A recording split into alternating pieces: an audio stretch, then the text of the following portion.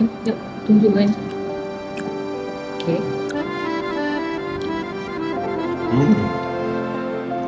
Anda ingat resipi sambal tumis nasi lemak yang ni? Masih dalam siri sambal nasi lemak, hari ni akan sharekan cara macam mana nak buat sambal hati lembu yang senang dan sedap. Kadang-kadang kalau kita beli nasi lemak berlauk di luar, rasa sambal tu semua sama. Kan? Hari ni akan tunjukkan cara macam mana nak buat sambal hati lembu ni yang insyaAllah rasa dia berbeza daripada sambal nasi lemak yang biasa tu. Jom kita simak.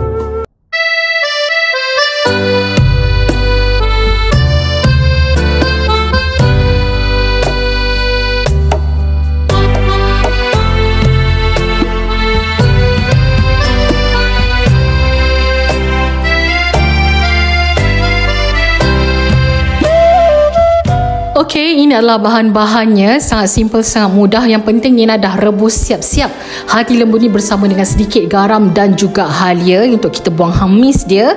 Dan selepas tu Nina masukkan ke dalam peti sejuk. Nina gunakan biji ketumbar kat sini dan beberapa bahan lain, termasuklah sos tiram dan juga gula dan juga beberapa perisian ni lah. Ada kena tengok sampai habis, okey? Mula-mula Nina rebus dulu hati ni. Hati ni Nina rebus sehingga dia empuk dan Nina masukkan ke dalam peti sejuk. Lebih kurang dalam 40 minit macam tu, dan Nina potong halus-halus macam ni. Untuk teknik yang ni anda boleh buat juga untuk buat sambal paru. Lebih kurang sama je ya. Teknik nak merebus dia. Mula rebus dulu, lepas tu masukkan dalam peti sejuk, and then barulah anda potong. Cara kalau anda buat macam tu untuk paru, nanti paru tu akan garing. Tapi kalau untuk hati ni dia tak hancur lah ya, dan bila kita makan tu dia ada texture. Okey, dia selesai dah nak potong-potong. Selepas tu untuk bagi sambal kita rasa lain dan lebih pop up, Nina gunakan kat sini biji ketumbar. Nina tumbuk-tumbuk kasar je macam tu. Selepas tu masukkan kita punya hati lembu yang dah kita potong tadi. Masukkan juga biji ketumbar yang kita dah tumbuk kasar tadi. Serbuk lada sikit, serbuk kari daging sikit, masukkan serbuk kunyit juga, sedikit garam, dan kita gaul rata. Kalau nampak kat sini dia agak dry dia tak melekat pun dekat kita punya hati tu. Jadi Nina tambahkan sedikit air dan Nina gaul rata sebelum kita goreng.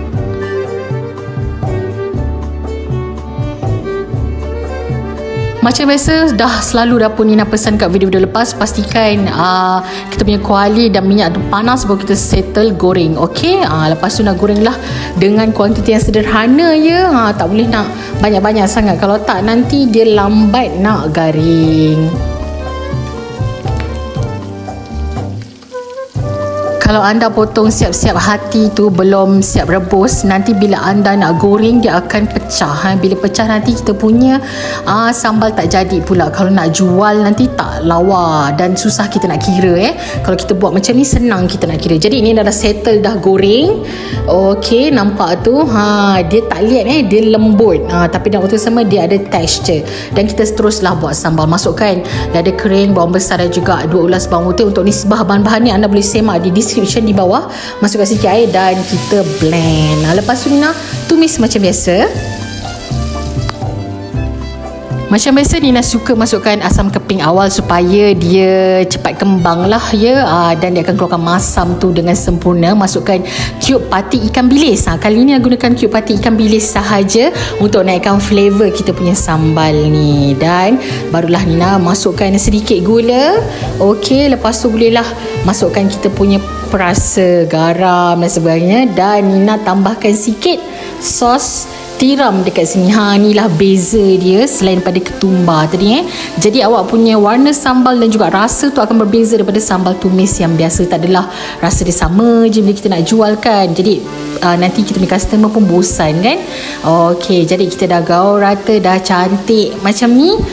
Pastikan dia betul-betul mendidih dan juga pecah minyak ya. Barulah anda boleh masukkan paru yang kita dah siap goreng tadi. Selalu nak pesan kalau kita nak buat sambal kena tumis dengan lama, barulah sambal kita betul-betul cantik dan akan jadi rasa dia ya. Jadi kat sini Nina dah tumis agak lama sampai minyak dia dah sedikit dah pun dia dah jadi macam bubble macam tu. Nampak macam ni kan. Tapi ini rasa dia tak manis tak macam kita buat sira. Tidak ya. Dan Nina teruslah masukkan kita punya hati tadi dan Nina gaul rata. Gaul sekejap je terus tutup api.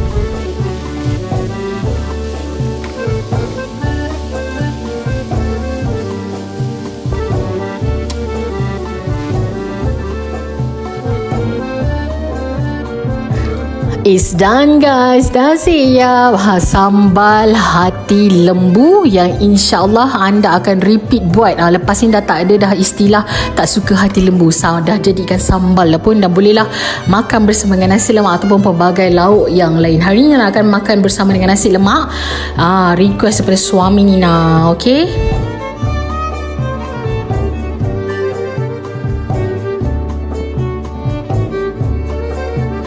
jadi itu saja dapat Nina kongsikan hari ini. Semoga bermanfaat lah. Akhir kata jangan lupa subscribe, like and share.